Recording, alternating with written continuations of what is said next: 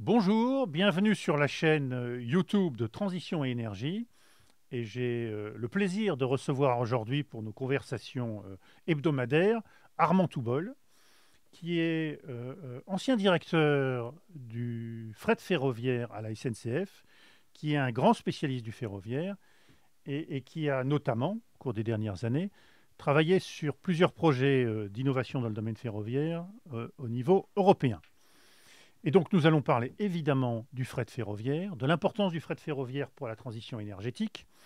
Et on va commencer par une question toute bête, qui est en quoi le fret ferroviaire peut être un élément important de la transition énergétique et en quoi il peut permettre, en théorie en tout cas, de remplacer une partie des transports terrestres routiers et donc de réduire la consommation d'énergie fossile, les émissions de gaz à effet de serre, sachant que le vecteur d'énergie qu'on sait entre guillemets le plus facilement décarboner, c'est l'électricité, et une grande partie du ferroviaire fonctionne avec de l'électricité. Donc en quoi le fret ferroviaire a une telle importance pour la transition énergétique? Tout d'abord, bonjour. Merci de me permettre effectivement de répondre à cette question qui me préoccupe régulièrement. Le fret ferroviaire a une caractéristique tout à fait remarquable, c'est qu'effectivement, il est très peu émetteur d'énergie, car si vous prenez un exemple très simple, prenez un wagon, vous vous apercevez que vous êtes un wagon même chargé, vous vous apercevez que vous êtes capable de le faire rouler. C'est donc que par conséquent, il ne nécessite qu'une très faible énergie pour se déplacer. La contrepartie, c'est qu'effectivement, au moment de le ralentir, il va être nécessaire de prendre un certain nombre de dispositions de sécurité.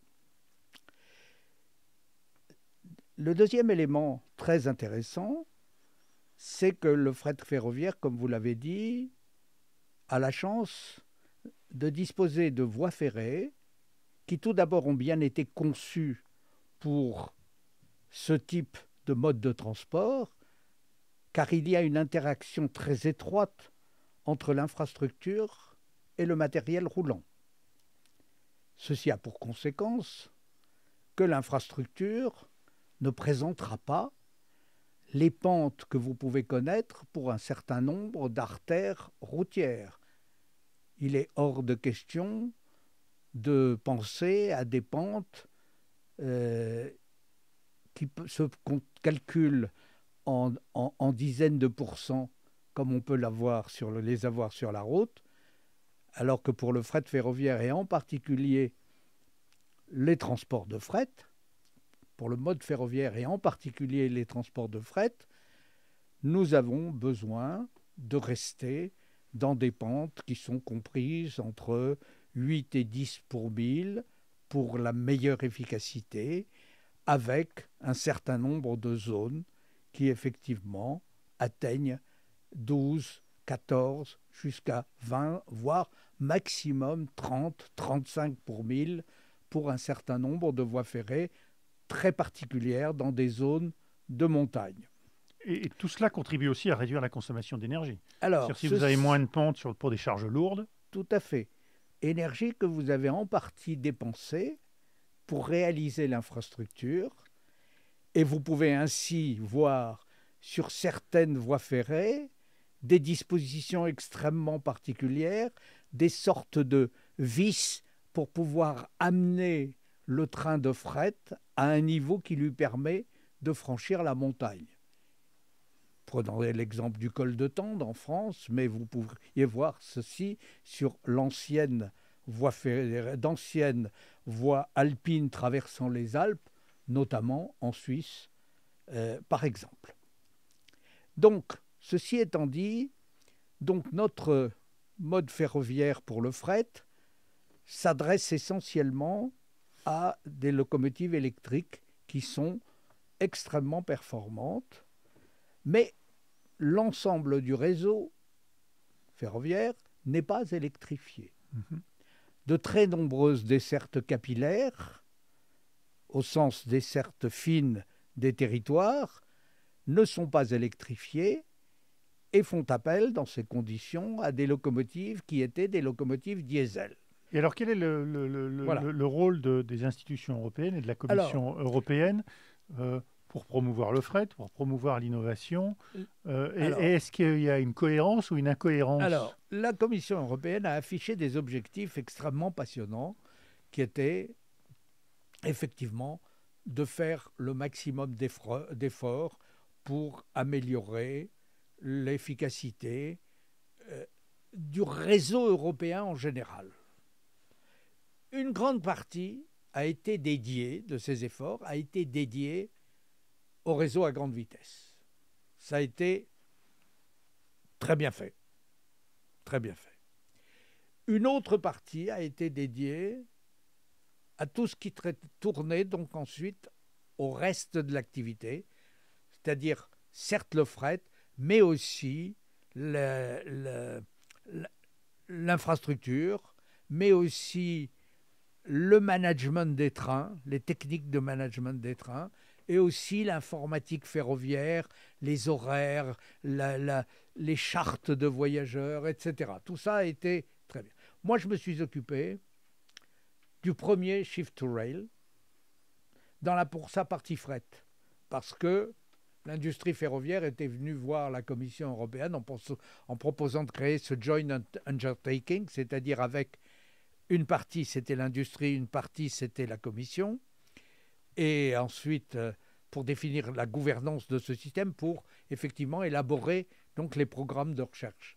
Et moi je me suis occupé de la partie fret parce que quand ils ont présenté leur dossier, il n'y avait pas le fret et il n'y avait pas non plus la partie qui relevait, j'allais dire, de tout ce qui était l'informatique, etc. Toute cette partie-là. Et la Commission leur a dit non, vous revenez avec le fret. Donc on m'a demandé d'écrire la partie fret. Bon, je l'ai fait et j'ai donc ainsi défini au fond un certain nombre de sujets à traiter dans les 5 ans. Et j'ai eu la possibilité ensuite, évidemment c'était ce qu'on appelle des collaborations, c'était collaborative project. J'ai effectivement participé à plusieurs, exactement à 13 projets. Le premier a consisté à expliquer à la Commission européenne, il y a très longtemps, parce que le commissaire européen m'avait nommé avec quelques amis parmi les 8 sages qui ont fait le premier livre blanc. Et dans ce cadre de ce premier livre blanc, nous avons inventé les corridors. Les premiers corridors, et j'ai fait le premier. On les avait appelés des freight freeways, et j'ai fait le premier, qui était le Belly-Fret, qui traversait la France. Et puis ensuite, j'ai continué sur le sujet à faire des projets, mais alors en appel d'offres, hein, comme les lance la Commission européenne. Nous en avons gagné avec des collègues. Hein, nous n'étions pas les porteurs majeurs parce que nous n'avions pas la structure. Nous avions créé une petite association pour faire ça. Nous en avons gagné 13. Nous avons participé à 13 projets sur une quinzaine d'années où nous avons fait ça pour la Commission européenne. Et en particulier, nous avons fait un projet qui s'appelait Capacity for Rail. Et dans ce projet, vous retrouvez toutes les innovations importantes. Mais la Commission avait donc eu de notre part l'idée qu'il fallait, car on avait participé donc aux réflexions, qu'il fallait créer un réseau dédié au fret. Et que jamais, au grand jamais, vous ne pourrez avoir un véritable service fret de qualité transeuropéen si vous n'avez pas un réseau dédié fret. Parce que une dimension, mode à une dimension, et mélange des genres avec de la grande vitesse qui avait la priorité ensuite sur le réseau. Ça veut dire construire des infrastructures dédiées uniquement au fret sur quelques grandes routes européennes. Sur un certain nombre de routes européennes fondamentales, mais aussi d'avoir une certaine priorité pour la desserte. Parce que, et c'était une des fautes qui est encore commise par le dernier directeur du Land Transport qui vient de sortir, cette proposition de priorité sur les grands corridors, sur une petite priorité sur les grands corridors, je lui ai dit, le fret n'est pas collé sur les corridors. Il est en dehors. Si vous reperdez tout sur les derniers kilomètres pour arriver, vous n'avez rien obtenu. Il faut qu'il y ait une notion de priorité jusqu'au bout. Ce qui a été fait pour les TGV en France. Il y a eu effectivement une règle qui disait que si vous utilisez une infrastructure dédiée, vous avez la priorité sur l'infrastructure commune pour la suite de votre trajet. Pourquoi je ne peux pas? Pourquoi le fret ferroviaire? Excusez-moi de trop m'identifier, mais ça m'a occupé tellement d'années. Pourquoi ne pas appliquer la même règle pour ceux qui utiliseront cette priorité sur les grands corridors européens pour avoir un service de qualité? Si vous pouvez offrir un service de qualité, c'est formidable. Deuxièmement, la Commission a eu une grande idée fondamentale. Il faut franchir les frontières sans avoir toutes les complexités actuelles. Vous changiez d'électricité, vous changiez de système de contrôle-commande, vous changiez de règles sur les longueurs de train, vous changiez de poids admissible. Enfin bon, je vous passe. On a été capable de faire un vrai puzzle des règles à l'intérieur de l'Europe. Donc elle a dit il faut franchir les frontières. Et donc au moins le point fondamental, c'était le contrôle-commande. Pourquoi ce premier point était fondamental? C'est parce qu'il touche à la sécurité du transport. Et donc elle a inventé ce système European Rail Train Management System, c'est-à-dire système européen de management des trains, proposé par l'industrie. Le problème de détail, c'est que nous avons des locomotives qui, elles, ont 50 ans de durée de vie quand elles sont des locomotives électriques. Ce qui veut dire qu'elles ne sont pas adaptées à ce Ça veut dire qu'elles ne sont pas adaptées. Et on comprend bien adaptées. pourquoi l'industrie l'a proposé, ça fait renouveler tout le parc de locomotives. Non, c'est même pas ça. Ça veut dire simplement que pour, comme on dit, upgrader, c'est-à-dire amener à niveau, remettre à niveau avec ce système de contrôle-commande ces locomotives-là, le coût de modification rendait cette locomotive non compétitive. Pour tout vous dire, on me demandait 1 million d'euros au début. Je parlais avec récemment... 1 million d'euros par locomotive. Par locomotive. Je parlais récemment avec un responsable dont je tairai le nom, mais compétent de l'Europe, qui m'a dit, je lui ai dit, c'est maintenant 200 000 euros. Oh, non, c'est un peu plus encore. Bon, c'est insupportable pour le fret ferroviaire. Insupportable. Et vous ne pouvez pas dire, je vais renouveler mon parc de locomotives, parce que vos locomotives, c'est un investissement colossal. Une locomotive telle que celle que j'ai achetée, mais j'en avais acheté très peu. Mon successeur en a acheté un paquet qui n'ont jamais été utilisés. Moi, j'en avais acheté. Elles font quoi, celles qu'il a achetées? Hein? Celles qui n'ont jamais été utilisées, elles sont dans les garages? Elles ont été repassées à Akiem pour les mettre en location en Europe. Bon, enfin, vous savez, quand on fait de la politique et pas de la technologie, c'était l'ancien directeur de cabinet de Jean-Claude Guessot, celui qui m'a viré. Voilà. Bah oui, attendez. J'ai dit que c'était possible, oui, de doubler le fret ferroviaire, mais avec des conditions que j'ai données au conseil d'administration et qui, évidemment, n'ont pas plu. Évidemment. Et donc, les locomotives, ça coûte combien, une locomotive? Aujourd'hui, une locomotive électrique de ce type, les BB 27 000, c'est 4 millions et demi d'euros. 4 millions et demi d'euros. Moi, je ne les ai pas payés ce prix-là à l'époque, hein. Je peux vous le dire. Hein. Et parce que j'avais conçu des locomotives purement fret. Alors que mes prédécesseurs utilisaient les 26 000, qui étaient beaucoup plus puissantes. Elles ne font que 4 300 kW, les miennes, alors que je vous ai dit, les 26 000, 5 600 kW. Elles sont beaucoup plus... Mais évidemment, le résultat, c'est que quand les voyageurs avaient besoin de locomotives, eh bien, ils prenaient les locomotives du fret. Les miennes, elles étaient vraiment faites pour le fret. Bon, c'était plus compliqué. J'avais limité leur vitesse à 140 km/h, donc pas à la vitesse voyageur. Petit détail. Vous comprenez? Et c'était moi qui les avais conçus et pas le matériel.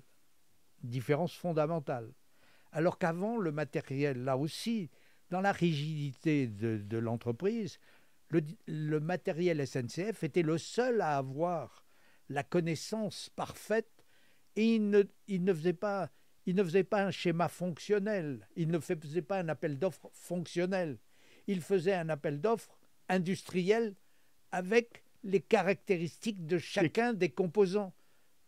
Moi, ce que je demandais à des grands constructeurs comme Alstom, comme d'autres, comme Siemens, comme ce qui vous voulez, c'est de répondre à mes caractéristiques fonctionnelles. Voilà. C'était le point fondamental, ce qui a changé fondamentalement l'équation. Donc vous voyez, c'est à tous les niveaux que nous avions un certain nombre de rigidités intellectuelles ou parfois comportementales. Qui existe encore aujourd'hui pour une grande partie. Comment ? Et ce qui existe encore, ça a beaucoup évolué. Ça a beaucoup évolué. Parce que peut-être qu'on peut finir, si vous en êtes d'accord, là-dessus. Alors je termine sur la Commission européenne, si vous permettez, parce qu'elle a donc inventé ce système qui n'était pas compatible avec les moyens du fret. Donc il était bien pour les TGV, qu'on l'a utilisé pour les TGV, le RTMS, mais pas compatible pour les moyens du fret. Pour des raisons de coût. Pour des raisons de coût. Donc très peu de lignes. En plus, le principe de ce système était de faire basculer le fait qu'avant, c'était 75% de coûts d'infrastructure pour la signalisation et 25% pour la locomotive. Et le but, c'était de dire ça sera 75% la locomotive et 25%. Maintenant, c'est pas ça. Maintenant, c'est 75% la locomotive, mais aussi 75% pour l'infrastructure. Toutes les compagnies qui sont rentrées dans le système, qui se sont occupées, industrielles, qui se sont occupées, ont fait des fortunes. Je passe là-dessus. Mais pas ceux qui... Mais pas les exploitants. Mais pas les exploitants. Donc ça, c'est... Et d'ailleurs, vous le voyez, il n'y a que 17 000 km d'équipés. Au bout de 15 ans. C'est honteux par rapport à... Bon. En plus, vous comprenez qu'il y a des gens qui n'ont pas envie de s'équiper. Ils restent à l'intérieur de la France. Ceux qui font des petites navettes, là, les TER qui font des petites navettes, si elles utilisent un tout petit peu le corridor, elles vont mettre RTMS. Ça coûte fort cher. Voilà. Donc, première idée, l'Europe voulait un schéma européen, un réseau européen totalement interopérable. Elle a fait beaucoup de choses extrêmement positives dans ce domaine-là. Elle est en train de s'attaquer à un nouveau sujet qui est pourtant extrêmement positif, qui est le fait qu'il faut digitaliser. Aujourd'hui, si vous digitalisez numériser en français. Numériser, digitaliser, faire en sorte que tout ça se passe. Et elle veut donc, de ce point de vue-là, aussi traiter, en pensant que c'est ça qui va relancer le fret ferroviaire, traiter le problème de ces wagons isolés dont on a parlé tout à l'heure. Donc elle dit, mais regardez, nous sommes dans le monde, et c'est vrai, nous sommes les seuls à ne pas avoir un système d'attelage automatique. Et donc ils ont imaginé un digital autocoupler, une fois de plus, imaginé par l'industrie. Coûte ce système 15 000 € par wagon. 10 000 disent certains. Mais en tout état de cause, tout le monde admet... Tu veux dire qu'il n'y a pas d'intervention humaine pour coupler les wagons au train ou il peu d'intervention? Il ne devrait pas y avoir d'intervention humaine. La réponse est que toutes les études qu'on a faites jusqu'à présent montrent qu'il y a quand même un risque d'avoir encore des interventions humaines dans certaines situations parce que les modes de travail dans les différents pays européens ne sont pas totalement identiques.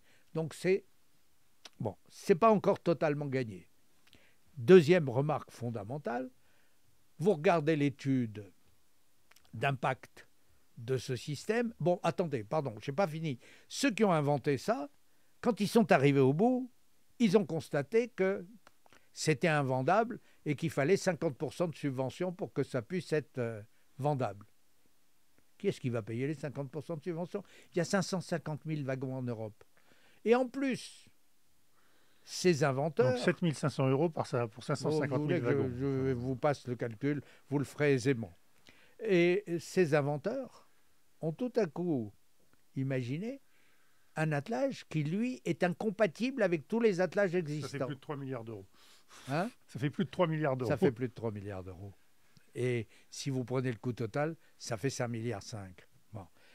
Et ces inventeurs, ils ont inventé un truc un système qui est non compatible avec l'attelage actuel de tous les wagons européens. Résultat, vous avez un problème de phase de transition entre la situation actuelle et les autres. Phase de transition que tout le monde sait va coûter horriblement cher parce que ça va créer des surcoûts logistiques considérables. On les évalue à 2 ou 3 milliards. Donc personne ne veut faire ça. Non, si. Alors c'est là qu'il faut effectivement regarder la genèse. Nous avons en France à peu près 20 000 couplages et découplages de wagons par mois, actuellement. En Allemagne, par mois, il y en a 1 million.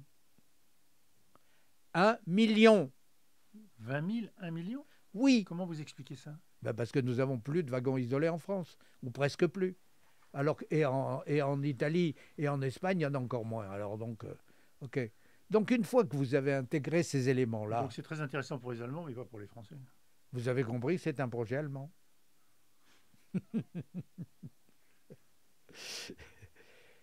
Alors, dernier point extrêmement intéressant, c'est que dans l'analyse d'impact,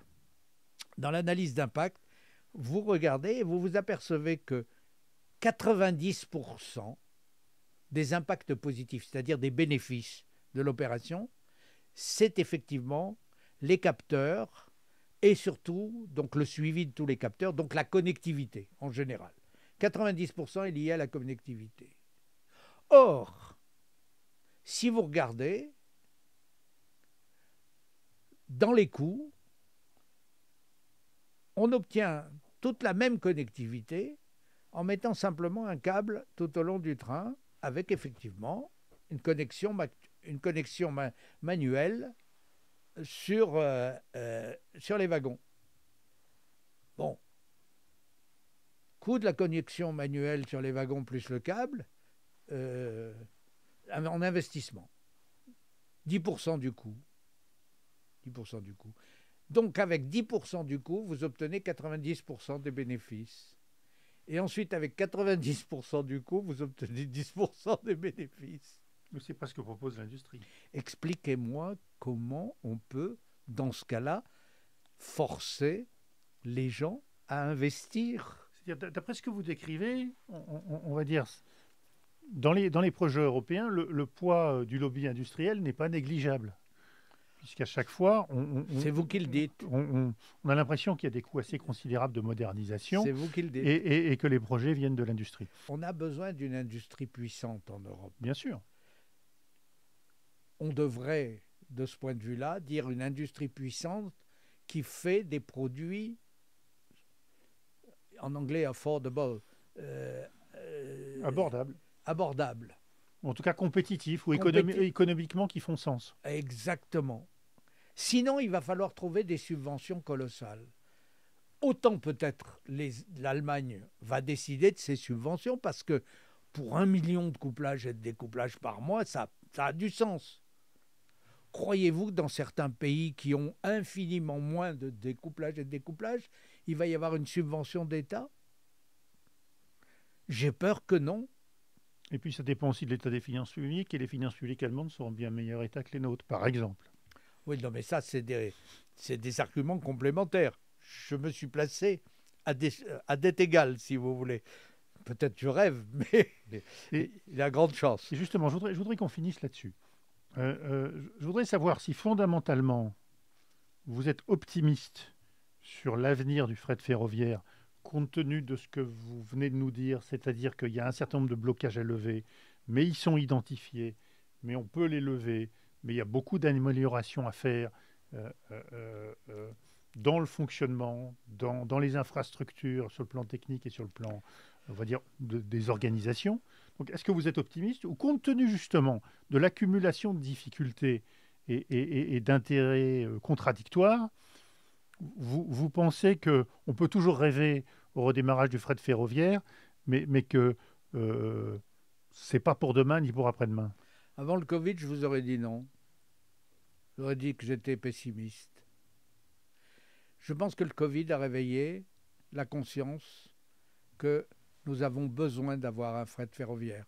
Pas seulement pour sauver la planète, ce qui est un argument important et qui monte effectivement, mais aussi parce que on voit le changement qui s'opère autour de nous, les inondations, les choses comme ça, qui isolent des zones.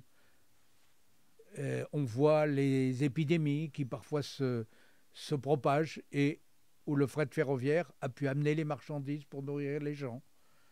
Donc le rôle du fret ferroviaire me paraît incontournable. Incontournable. Et donc, je reste convaincu que nous aurons du fret ferroviaire pour l'avenir, parce que c'est aussi un lien extrêmement fort avec les autres pays. On le voit, les trajets transeuropéens de train à grande vitesse sont très appréciés. Donc l'infrastructure, elle va s'améliorer. Parce que ça, c'est vraiment le rôle de l'État, le rôle des États. Et une fois qu'on l'a fait, et qu'on a fait des choses qui permettent de la suivre efficacement, car maintenant, quand on la refait, on met des capteurs dedans, dans cette infrastructure. Donc je crois. En plus, il y a des moyens aussi de progresser considérablement sur les techniques en infrastructure. Je pense que là-dessus, on verra aussi des évolutions sur la manière de faire. Je suis un amoureux de tout ce qui tourne autour de la recherche, à condition que on ne fasse pas de la recherche pour le plaisir d'imaginer des choses, mais il faut qu'elles soient bénéfiques. Il faut que les cost-benefit analysis ne soient pas confiés à ceux qui ont imaginé le projet. Oui, puisque par définition, ils seront toujours bons. Et comme une bonne partie de ceux qui jugent sont éventuellement nourris par des projets de ceux qui les ont imaginés ou de l'Europe qui les construit. Quand je vois des analyses de Shift to Rail faites par l'initiateur de Shift to Rail, ça s'appelle des conflits d'intérêts. Ça me paraît... Oui, enfin là, on utilise des mots qui voudraient dire qu'ils en ont tiré un intérêt personnel, ce n'est pas le cas. Mais disons que ça jette un certain doute sur les conclusions. C'est pour ça que je pense que parfois, il faut aller chercher en dehors de l'Europe des gens pour analyser certaines des situations. C'est ce qu'on a fait, par exemple, pour le réseau ferroviaire français. On a été demandé à l'Institut, à l'École polytechnique fédérale de Lausanne, et c'est le professeur Rivier, décédé aujourd'hui, mais qui a fait l'analyse du réseau français. Pour une bonne et simple raison qu'il n'était pas impliqué du tout. Il n'était pas impliqué dans le réseau français. Combats politiques. Le PFL avait un certain nombre de contrats avec Réseau Ferré de France à l'époque, ou SNCF Réseau, mais pas du tout dans ce domaine d'analyse. Donc cette analyse a été effectivement assez cruelle d'une certaine façon, mais très objective. On n'y a pas détecté Je pense qu'il faudrait faire la même chose sur la stratégie européenne. Je pense que les thématiques sont bonnes, mais qu'on doit atteindre des solutions qui soient acceptables pour toutes les parties. Sinon, vous vous retrouverez dans quelques années à avoir un noyau de wagons qui seront équipés de cet attelage automatique, mais la masse des autres ne le sera pas. Et ça, c'est un problème. Alors que vous faites ça pour avoir une interopérabilité, une efficacité totale. Non, mais alors, pour élargir, en fait, c'est un problème assez récurrent des institutions européennes, qui est d'avoir des objectifs et des ambitions considérables, grandioses, et en fait, souvent irréalistes, parce qu'il n'y a pas les moyens de ces ambitions, et parce que les coûts ne sont pas assurés. Mais il y a pire. Et parfois même, alors ce n'est pas le cas du ferroviaire, les technologies, en fait, sont loin d'être abouties et sont loin d'être matures. Il y a pire. Il y a pire. La pire, c'est en train de ce qui se passe en ce moment, où le Parlement, sur proposition de la Commission européenne, a voté une augmentation des poids et dimensions autorisés pour les camions. Pour les camions. C'est meurtrier pour le fret ferroviaire. et pour le transport combiné en particulier, car tout a été, et pour aussi, ça pose un Les problème. fameux camions plus longs et plus lourds. Plus long, plus lourd, mais aussi même l'augmentation des dimensions de certains camions, hein, qui étaient limités aujourd'hui à 18 mètres. Donc, le problème, quel est-il? Mais vous ne changez pas. Les wagons, ils ont eux aussi 35 ans de vie. Donc, vous les avez conçus pour un standard. Si vous mettez en l'air ce standard, ben vous sabotez toute la chaîne qui utilise ce standard. L'exemple intéressant, c'est l'exemple américain. Mais il existe depuis longtemps, celui-là. Tous les transports maritimes se font avec des conteneurs de 40 pieds ou de 20 pieds. Et au sein des États-Unis, ils ont fait des conteneurs qui sont de 53 pieds, que vous ne pouvez pas mettre dans les glissières des navires. Donc le résultat, ben, c'est que vous avez des coûts de transfert d'un conteneur de 53 pieds dans des conteneurs de 40 pieds pour pouvoir les mettre dans les navires. Est-ce qu'on veut aboutir à la même solution chez nous? Est-ce que c'est raisonnable? Beaucoup de conteneurs maritimes internationaux circulent sur le réseau ferroviaire français avec des wagons qui ont été dimensionnés pour ça. On est allé jusqu'au conteneur de 45 pieds pour être... Donc on a fait des wagons de 90 pieds. Donc c'est correct. Mais maintenant, ça ne suffira pas. Donc si vous voulez, c'est ça que je ne comprends pas. Oui, c'est ce qu'on appelle l'incohérence. Là, il y a incohérence. Pourquoi Et alors j'ai regardé l'étude d'impact qu'a fait la Commission européenne. Elle a fait une étude d'impact très intéressante, mais en silo. C'est-à-dire qu'elle a regardé la route et elle a vu que ça devenait moins polluant, donc plus durable. Oui, puisque en regardant on est dans la logique de trains plus lourds. Ben oui. Si les camions sont un peu plus lourds, à quantité de poids transporté, à quantité de fret constante. Exactement, la consommation d'énergie est plus faible. La faute était là. Parce que, en fait, ils ont constaté aussi que ça a augmenté la productivité de la route. Ben, d'où il va aller la chercher, cette productivité, si ce n'est de faire un reverse model shift du fer vers la route. C'est exactement ce qui va se passer. Donc, si vous voulez, concrètement, je pense que... vous êtes optimiste, mais pas à court terme. Hein. Attendez, quand je vois certaines choses comme ça, bon, d'abord, ce n'est pas définitivement voté. La France, malheureusement, a bien compris cet aspect-là, mais elle n'est pas majoritaire sur cette position-là en Europe. Voilà. Donc le problème, c'est que de temps en temps, on a un souci. Celui-là est peut-être pas négligeable. Toute la profession, d'ailleurs, s'est mobilisée pour écrire des lettres, des analyses. On a fait faire des analyses. On a manqué, à mon avis, et ça, c'est quelque chose que je dis à mes anciens amis, je pense qu'on a manqué de faire des analyses sur des cas concrets, démontrant que ces nouvelles dispositions vont effectivement pénaliser spécifiquement certains trafics. Personne ne nous croit tant qu'on ne fait pas une démonstration précise sur un cas précis. On fait des démonstrations générales, mais ce n'est pas convaincant quand c'est trop général.